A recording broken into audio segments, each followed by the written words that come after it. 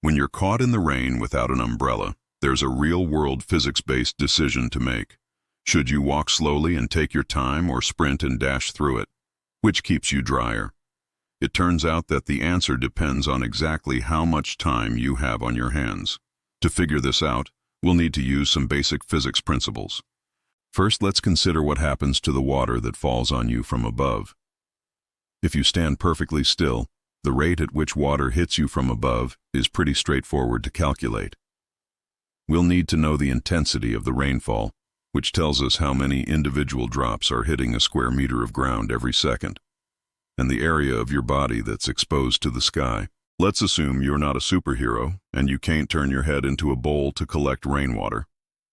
The most logical shape for our purposes is a cylinder, so the total number of raindrops falling on you per second is the product of the rainfall intensity and the cross-sectional area of your cylinder, which is made up of two circles, one for the top of your head and one for your back. But what if you move? You're still getting hit by raindrops from above at the same rate, whether you're standing still or moving. The question is, what happens to all the raindrops that hit you from the side? That depends on how fast you're moving relative to the raindrops. If you walk or run in the rain, you'll encounter new drops from the side, and they'll smack into your outstretched arms, legs, and torso. But those additional raindrops will be fewer and farther between if you move faster. So here's the paradox. When you move, you're colliding with fewer raindrops from the side, but you're also spending more time under the sky, so more water is piling on top of you. How do these factors balance out? To find out, we need to take a closer look at the geometry of the situation. Imagine you're walking from point A to point B. Every point along your path represents a single raindrop that hits you. While you're standing still, each point is either from above or to the side. When you move, though, the points shift. Some come directly from above and others shift to the diagonal. The key observation here is that when you get to point B, every single path has brought you the same distance away from the starting position. In other words, no matter what path you took, you would have covered the same amount of ground.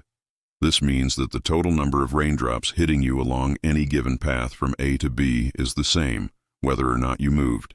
In other words, even though you might collide with more sideways rain, you're passing through the same volume of rain overall, just more quickly.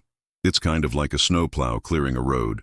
A slow plow will take longer to clear a certain stretch of road, but it's constantly removing the same amount of snow per minute. And a fast plow will clear the same stretch of road in less time, but again, it's constantly removing the same amount of snow per minute. That means the only way to get less wet in the rain is to get out of the rain more quickly. So if you've got somewhere to be, you should run. But what if you have nowhere to be? In that case, there's no advantage to speeding through the raindrops. In fact, it might feel more unpleasant because you're colliding with more raindrops per second. Slower walking means more time for your body to warm up to the surrounding air temperature, and since water conducts heat better than air, you'll actually lose less body heat when you're walking slowly in the rain than when you're running. Of course, this assumes you're not running so fast that you start shivering. All of this is to say that if you have somewhere to be, you should run. But if you don't have anywhere to be, walking is better. Thanks for watching.